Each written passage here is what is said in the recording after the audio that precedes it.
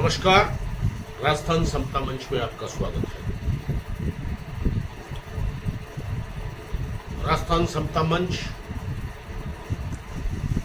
नए काहू से दोस्ती और नए काहू से बैर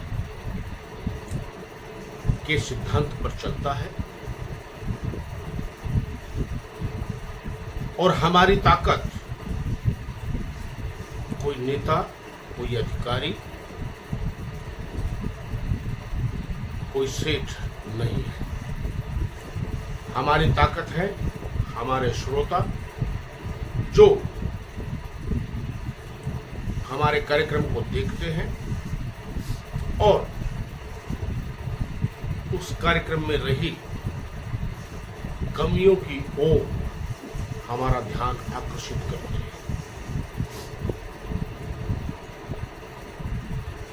हमारा प्रयास रहेगा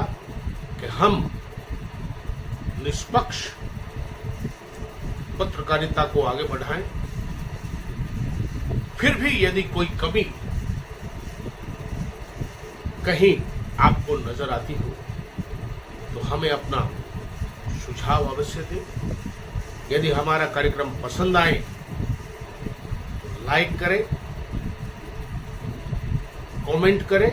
और सब्सक्राइब करें। आज बात करते हैं तारानगर विधानसभा क्षेत्र की, जहां से विधायक हैं 3 बार लोकसभा, 3 बार राज्यसभा और अब तीसरी बार विधायक नरेंद्र बुडानिया, जिन्होंने 3 महीने पहले जो तारानगर सीट नेता प्रतिपक्ष राजेंद्र राठौड़ और नरेंद्र बुडानिया के आमने सामने कांग्रेस और भाजपा के प्रत्याशी होने से हुई थी, उसमें एक स्लोगन दिया था, मोरिया बुलाने का, और उन्होंने राजेंद्र राठौड़ के चुनावी मोरिये बुला भी दी। यही नरेंद्र बुडानिया है जिन्होंने सरदार शहर विधानसभा क्षेत्र में चुनाव लड़ते वक्त स्वर्गीय पंडित भंवरलाल शर्मा के सामने एक नारा दिया था, भंवरे को भंवरी बना दूंगा, और उन्होंने ऐसा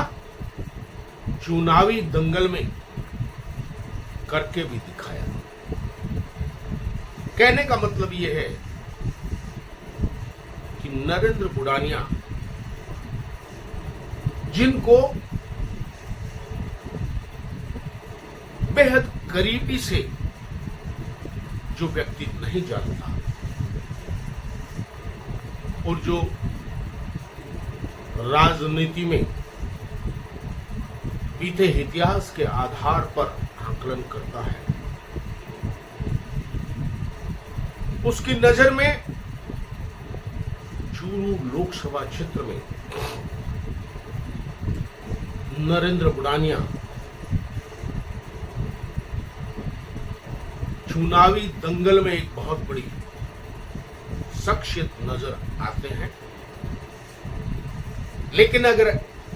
ऐसा है तो फिर जाट, दलित और मुस्लिम एकता के लोकसभा चुनाव 2024 में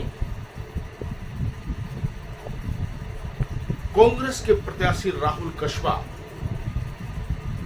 तारानगर विधानसभा क्षेत्र में 3400 वोटों की ही लीड क्यों ले पाए? क्योंकि 17 पंचायतें सादुलपुर तहसील की तारानगर विधानसभा क्षेत्र में आती है और 8 पंचायतें सरदार शहर तहसील की तारानगर में आती है। और इन पंचायतों में 3 महीने पहले जब एक प्रतिष्ठा का चुनाव, एक हॉट सीट के रूप में चुनाव लड़ा गया था, नेता प्रतिपक्ष राजेंद्र राठौड़ और कांग्रेस के सीनियर नेता नरेंद्र बुडानिया के बीच में तो चाहे किसी भी जाति विशेष का बाहुल्य किसी पंचायत में क्यों ना हो, उसके बावजूद सरदार शहर की पंचायतों में और तारन ये सादुलपुर की पंचायतों में नरेंद्र बुडानिया ने अच्छी खासी लीड ली थी, और वो भी राजेंद्र राठौड़ जैसे चुनाव के लड़ाका व्यक्ति के सामने। तो फिर इस बार ऐसा क्या हुआ 3 महीने में कि जो 17 पंचायतों में और तारानगर के ग्रामीण क्षेत्र में पूर्व सांसद राम सिंह कछवा और उनके परिवार का एक जबरदस्त प्रभाव रहता है, उसी क्षेत्र में नरेंद्र बुडानिया 3 महीने पहले 10,000 मतों से चुनाव जीतते हैं और स्वयं राहुल कछवा मात्र 3400 वोटों की बढ़त तारानगर विधानसभा क्षेत्र से लेते हैं। अगर गहराई से देखें तो चूरू लोकसभा क्षेत्र की 8 विधानसभा क्षेत्रों में से कांग्रेस के तो 60 विधायक के रूप में तारानगर और रतनगढ़ इन 2 ही क्षेत्रों में कांग्रेस के 60 विधायक थे। रतनगढ़ में तो जहां राहुल कछवा 1465 वोटों के आसपास पीछे आए, और तारानगर विधानसभा क्षेत्र में राहुल कछवा 3 महीने पहले जो तारानगर विधानसभा क्षेत्र में 10,000 वोटों की बढ़त थी, उसको घटाकर मात्र 3432 वोटों से ही आगे रहे। तो क्या 3 महीने की इस अवधि में जिस विधानसभा क्षेत्र में पिछले 5 वर्ष जब कांग्रेस का शासन था नरेंद्र बुडानिया की तूती बोलती थी और उनके समर्थक ये दावा करते हैं कि उन्होंने तारानगर में विकास की गंगा बहा दी, उसी क्षेत्र में विकास की गंगा बहाने वाले नरेंद्र बुडानिया खुद 10,000 वोट से जीतते हैं और 3 महीने बाद होने वाले लोकसभा चुनाव में सिर्फ 3400 वोटों की बढ़त रहती है। तो कहीं विकास की गंगा सिर्फ नरेंद्र बुडानिया के लिए ही बही थी क्या? राहुल कछवा भी कांग्रेस के प्रत्याशी रहे और राहुल कछवा का और उनके परिवार का तारानगर विधानसभा क्षेत्र में अपना खुद का एक अलग प्रभाव रहा है, क्योंकि 3 महीने पहले जब भारतीय जनता पार्टी के दिग्गज माने जाने वाले राजेंद्र राठौड़ नरेंद्र बुडानिया से 10,000 से चुनाव हारे थे, तो राठौड़ समर्थकों ने ये आरोप लगाया था, क्योंकि उस वक्त राहुल कछवा भारतीय जनता पार्टी में थे और सिटिंग सांसद थे, कि राम सिंह कछवा परिवार और राहुल कछवा ने भीतर घात राजेंद्र राठौड़ के साथ किया है।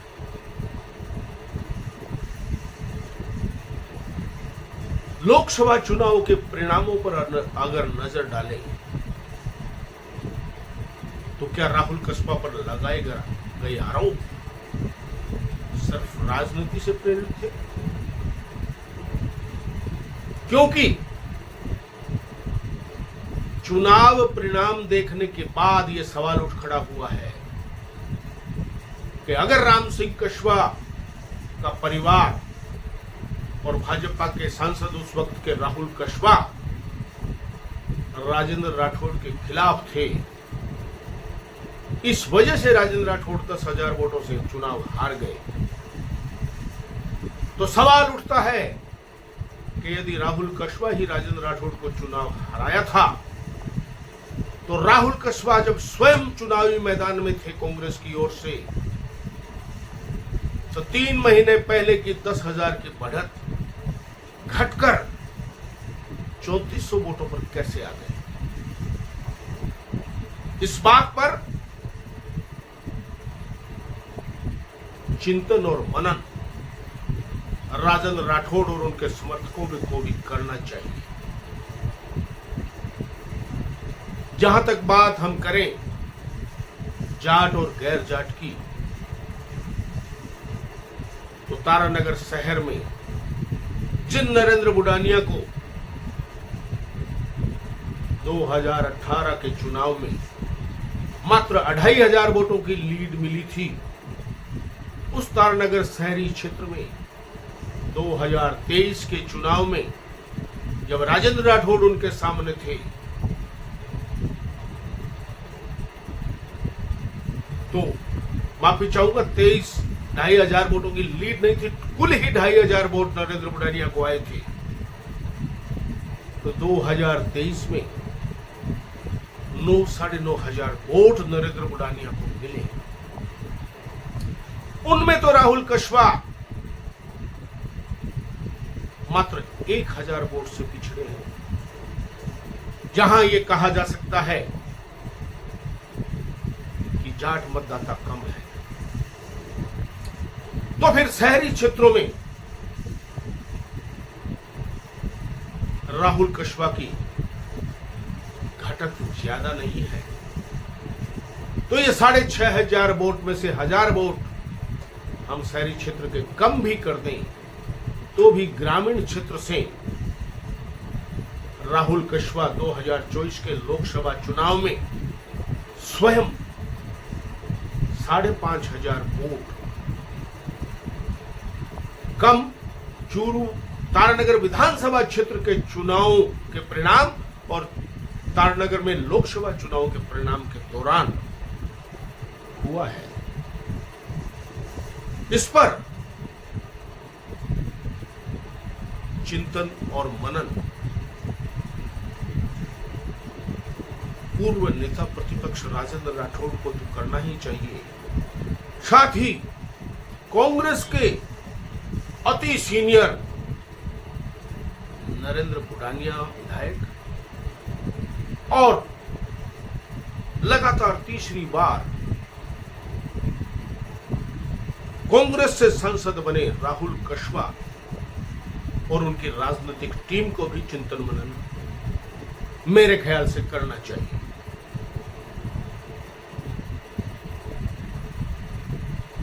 इन जो वोटों की घटत हुई है,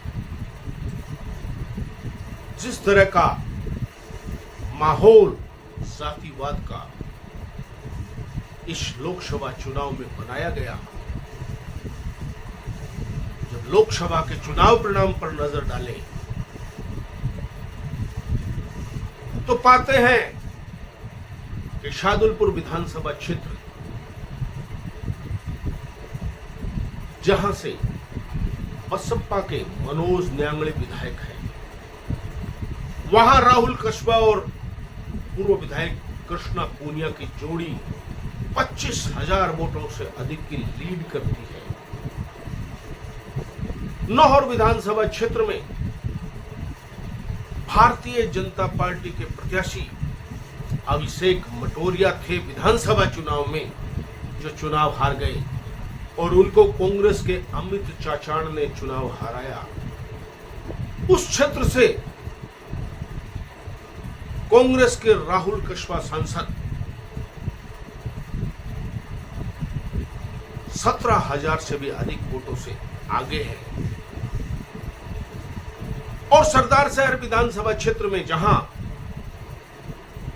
अनिल शर्मा कांग्रेस के टिकट पर और राजकुमार रेणुआ भाजपा के टिकट पर चुनाव लड़े थे, और निर्दलीय राजकरण चौधरी, जिनके साथ भाजपा के बागी अशोक पींचा, मोहन आर्य और अनेकों भाजपा के नेता बगावत कर चुनाव मैदान में उतर चुके थे, उस क्षेत्र में भी कांग्रेस के राहुल कस्बा 12,000 से अधिक वोटों से बढ़त बनाए हुए हैं।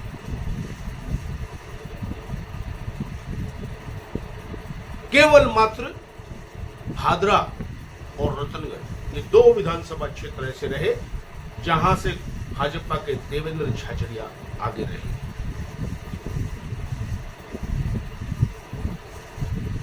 मनोज मेघवाल जो सुजानगढ़ के विधायक हैं,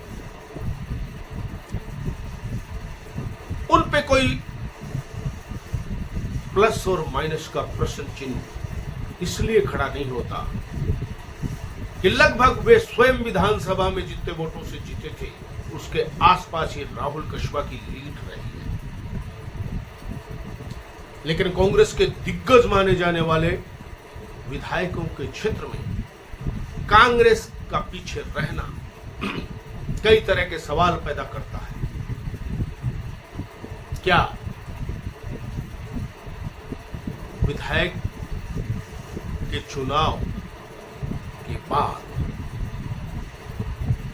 एक अफवाह जो चल रही है,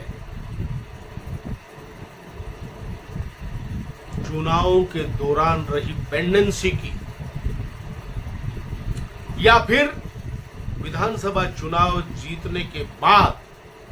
तारानगर के लोगों से रही दूरी की, या फिर अपने चिर परिचित अंदाज में वातानुकूलित कमरों में बैठकर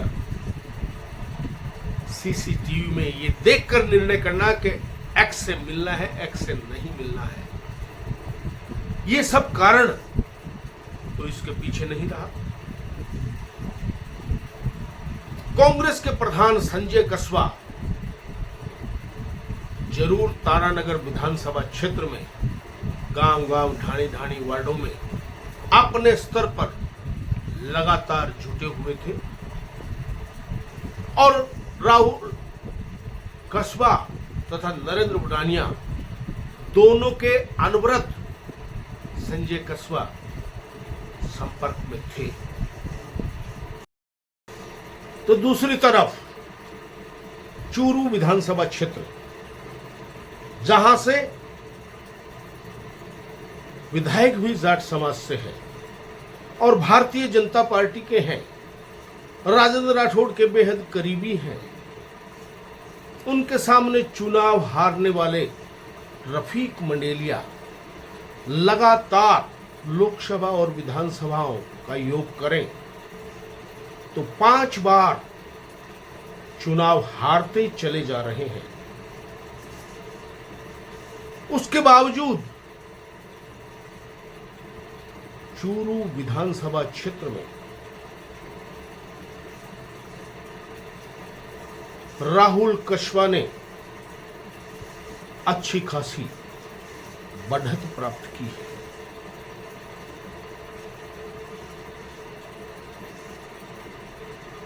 शहरी क्षेत्र में भी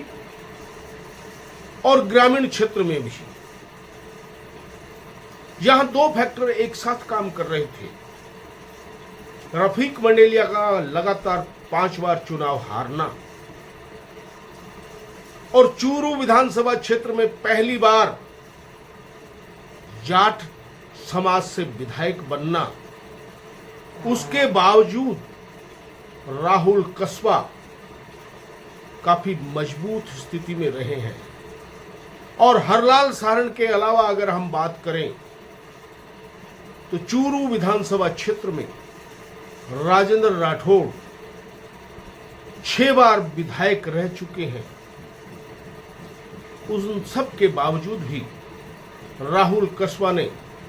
बढ़त बनाए रखी। यह रफीक मंडेलिया के लिए पीठ ठोकने वाली बात हो सकती है, लेकिन भाजपा के 8 में से सिर्फ 2 विधायक भारतीय जनता पार्टी के थे और संयोग से दोनों ही जाट समाज से थे। ऐसे में जहां भादरा में भारतीय जनता पार्टी ने बढ़त ली, वहीं चूरू विधानसभा क्षेत्र में कांग्रेस के राहुल कस्वा ने अच्छी खासी बढ़त लेकर ये सवाल तो खड़ा कर ही दिया कि राठौड़ और सारण दोनों जहां से नेतृत्व करते हैं, वहां से राहुल कस्वा एक मजबूत खिलाड़ी के रूप में चुनावी दंगल में उभर कर आए हैं। उसके बावजूद वोटों का घटना तारानगर विधानसभा क्षेत्र के नेतृत्व पर प्रश्न चिन्ह तो जरूर खड़ा करेगा, और राहुल कस्वा और उसके परिवार को, जो कि एक राजनीतिक परिवार है, और राहुल कस्वा प्रदेश की राजनीति में उन लोगों में से हैं जहां नेताओं के पुत्र अधिकांश राजनीतिक दंगल में असफल हुए हैं। वहीं राहुल कस्वा पूर्व सांसद व पूर्व विधायक के पुत्र होने के बावजूद राजनीति में उनसे ज्यादा मजबूत होकर निकले हैं, ये उनकी कार्यशैली बताती है। ऐसे में वे निश्चित रूप से इस बढ़त के घटने को लेकर चिंतित तो होंगे, लेकिन चूंकि कांग्रेस में वो नए हैं, ऐसे में वक्त आने पर अपना प्रत्युत्तर देंगे, ऐसा माना जाना चाहिए।